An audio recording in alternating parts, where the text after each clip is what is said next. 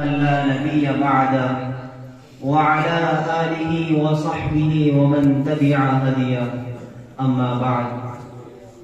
قال النبي صلى الله عليه وسلم: لو كان بعدي نبي لكان عمر، او كما قال عليه الصلاة والسلام.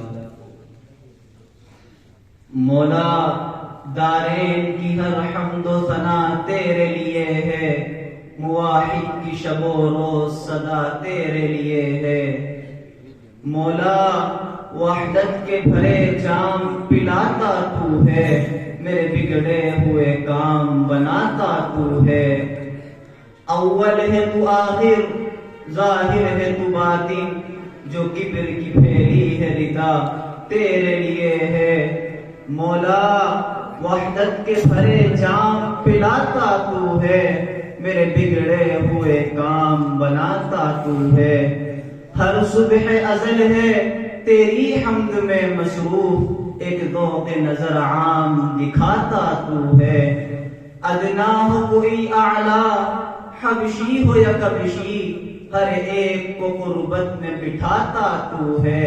اندھیروں کو سویروں میں سلاتا تو ہے، سویروں کو اندھیروں سے جگاتا تو ہے.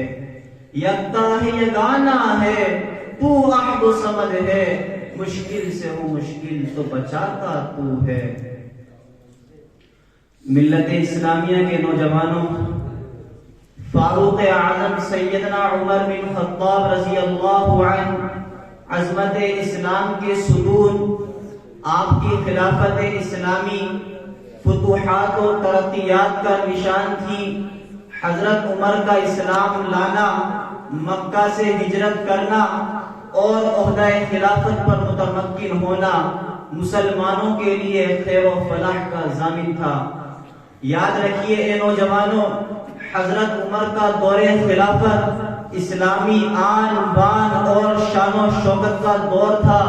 فتوحات کا ایک سیل رواں تھا جو برابر بڑھتا جا رہا تھا، اور مخالفین اسلام خش و خاشاک کی طرح بہے جا رہے تھے. کسی کی مجال نہیں تھی کہ اسلامی حکومت سے ٹکرا سکے. جس نے بھی ٹکرانے کی جرت کی اس کے پرخچے اڑ گئے، اس کا وجود پارا پارا ہو کر فضا میں تحلیل ہو گیا. اسی لیے میں جب یہ پڑھتا ہوں کہ اس نے 22 لاکھ مربع میل پر اسلام کا پرچم لہرایا تو کہتا ہوں آج دنیا کا حکمراں تھا. میں جب یہ پڑھتا ہوں کہ شیطان راستہ چھوڑ دیا کرتا تھا تو کہتا ہوں آج دنیا کا حکمراں تھا. میں جب یہ کہتا ہوں کہ کفر لرزتا تھا تو کہتا ہوں آج دنیا کا حکمراں تھا. میں جب یہ پڑھتا ہوں کہ اس کے دور میں رعایا سوتی تھی، حاکم جاگتے تھے تو کہتا ہوں آج دنیا کا حکمراں تھا. اور جب میں یہ پڑھتا ہوں کہ وہ بیواؤں اور یتیموں کا بوجھ اٹھایا کرتا تھا، میں جب یہ پڑھتا ہوں کہ سواری پر غلام ہوتا خود پیدل ہوتا تھا تو کہتا ہوں حکمراں بھی مگر کہاں تھا. وہ آدھی دنیا کا حکمراں تھا، وہ حکمراں بھی مگر کہاں تھا. بپھرتی موجوں پہ حق پرستوں کی سادہ کشتی کا بادباں تھا. بڑا مبارک ہے نام اس کا، فرشتوں جیسا مقام اس کا. وہ ایک شاہی صفت مجاہد جو سوئے منزل رواں دواں تھا. ابھرتے سورج سے تاج مانگا، سمندروں سے خراج مانگا. کسے خبر تھی کہ اس کا سکہ جہاں میں جاری کہاں کہاں تھا. حسن سے پوچھو، علی سے پوچھو، تم اس کے بارے نبی سے پوچھو. اندھیری شب میں چراغ بن کر جو ساری دنیا میں ظلم فشا تھا. ملت اسلامیہ کے نوجوانوں، جب مکہ سے ہجرت کرنے کا وقت آیا تو حضرت عمر سب سے پہلے خانہ کعبہ میں آئے اور خانہ کعبہ کا طواف کیا. پھر مجمع کفار کو مخاطب کر کے فرمایا کہ دیکھو میں اس وقت ہجرت کر رہا ہوں، پھر یہ نہ کہنا کہ عمر چھپ کر ہجرت کر گیا اور ہم کو اطلاع نہ دی. سنو، جو اپنی بیویوں کو بیوہ اور بچوں کو یتیم کرنا چاہتا ہو تو وہ آئے اور مجھے روکے. لیکن کسی کی ہمت نہ ہوئی کہ وہ حضرت عمر کی طرف قدم بڑھانے کی جرات کرتا. تو آپ مجھے کہنے دیجئے، جو در کعبے کو کھلوائے اسے فاروق کہتے ہیں، جو رب کا دین منوائے اسے فاروق کہتے ہیں. جسے مانگا خدا سے اس کے آفاقی پیغمبر نے، دعائے نبی کی لاج رکھی، پھر مرد قلندر نے جو دریا خشک چلوائے اسے فاروق کہتے ہیں۔